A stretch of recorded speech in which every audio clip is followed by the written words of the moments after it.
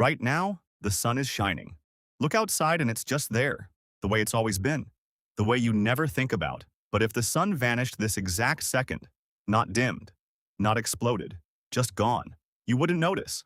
Not for 8 minutes and 20 seconds. The sky would stay blue. The sun would still hang there, warm and bright, exactly where it always is.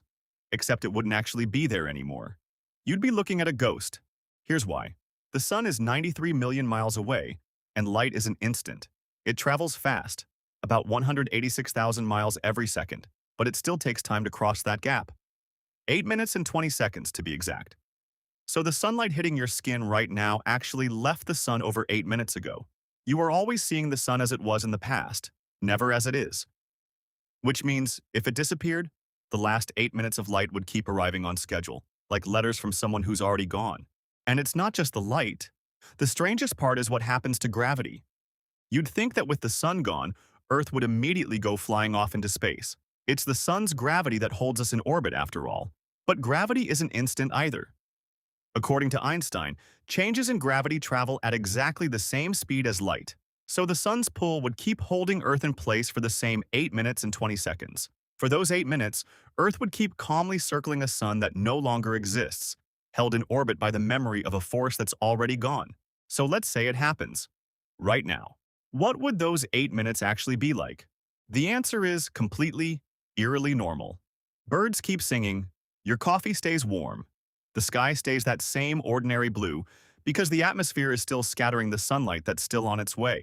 Nobody on Earth would have any idea that the most important object in our sky had just blinked out of existence. There would be no warning, no flicker, no sign. Just 8 minutes of a completely normal afternoon, sitting on top of a catastrophe that already happened.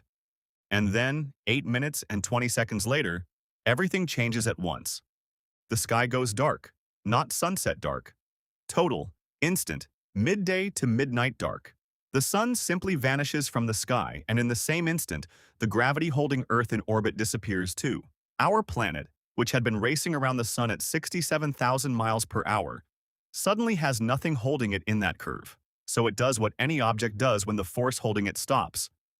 It flies off in a straight line, like a stone released from a sling, shooting out into the dark at 67,000 miles per hour, forever. But here's the thing that surprises most people. You would not freeze to death right away. Earth is enormous, and it holds heat remarkably well.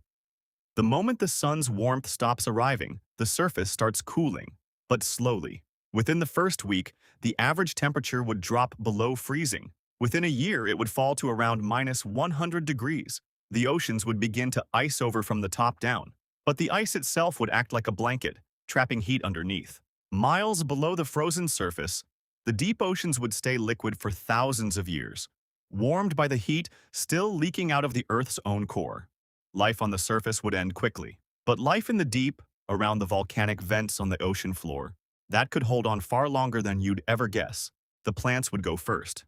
Without sunlight, photosynthesis stops within days, and the entire food chain begins to collapse from the bottom up. But the planet itself, Earth, would just keep drifting. A frozen, silent rock wandering through the galaxy with no sun to orbit, carrying the deep-sea remnants of life beneath a shell of ice for millions of years. And somewhere out there in the dark, Earth would keep good company. Because for a little while, when you looked up on that final night, the other planets would still be shining. Jupiter is much farther from the sun than we are. Its light takes over 40 minutes to reach us. So for more than half an hour after our own sky went black, Jupiter would still glow in the darkness, reflecting the light of a sun that no longer existed, calm and bright, as if nothing at all had happened. A whole solar system of ghosts, still going through the motions, not one of them knowing yet that the thing at the center was already gone. That's the part that's hard to shake. Everything we call normal, the warmth, the daylight, the ground staying under our feet, all of it depends completely on a star we never think about, sitting 93 million miles away, that we only ever see as it was 8 minutes ago. We build our entire lives on top of it and never once question whether it'll be there tomorrow. It always has been. So we assume it always will be. It's not going to disappear, by the way. The sun will be here for billions of years. This was only ever a thought experiment. But it leaves you with a strange little question, and I want you to actually sit with it for a second.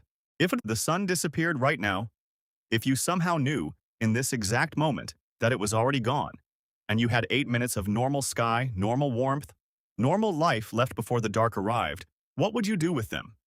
You've got 8 minutes. The clock already started. What would you do?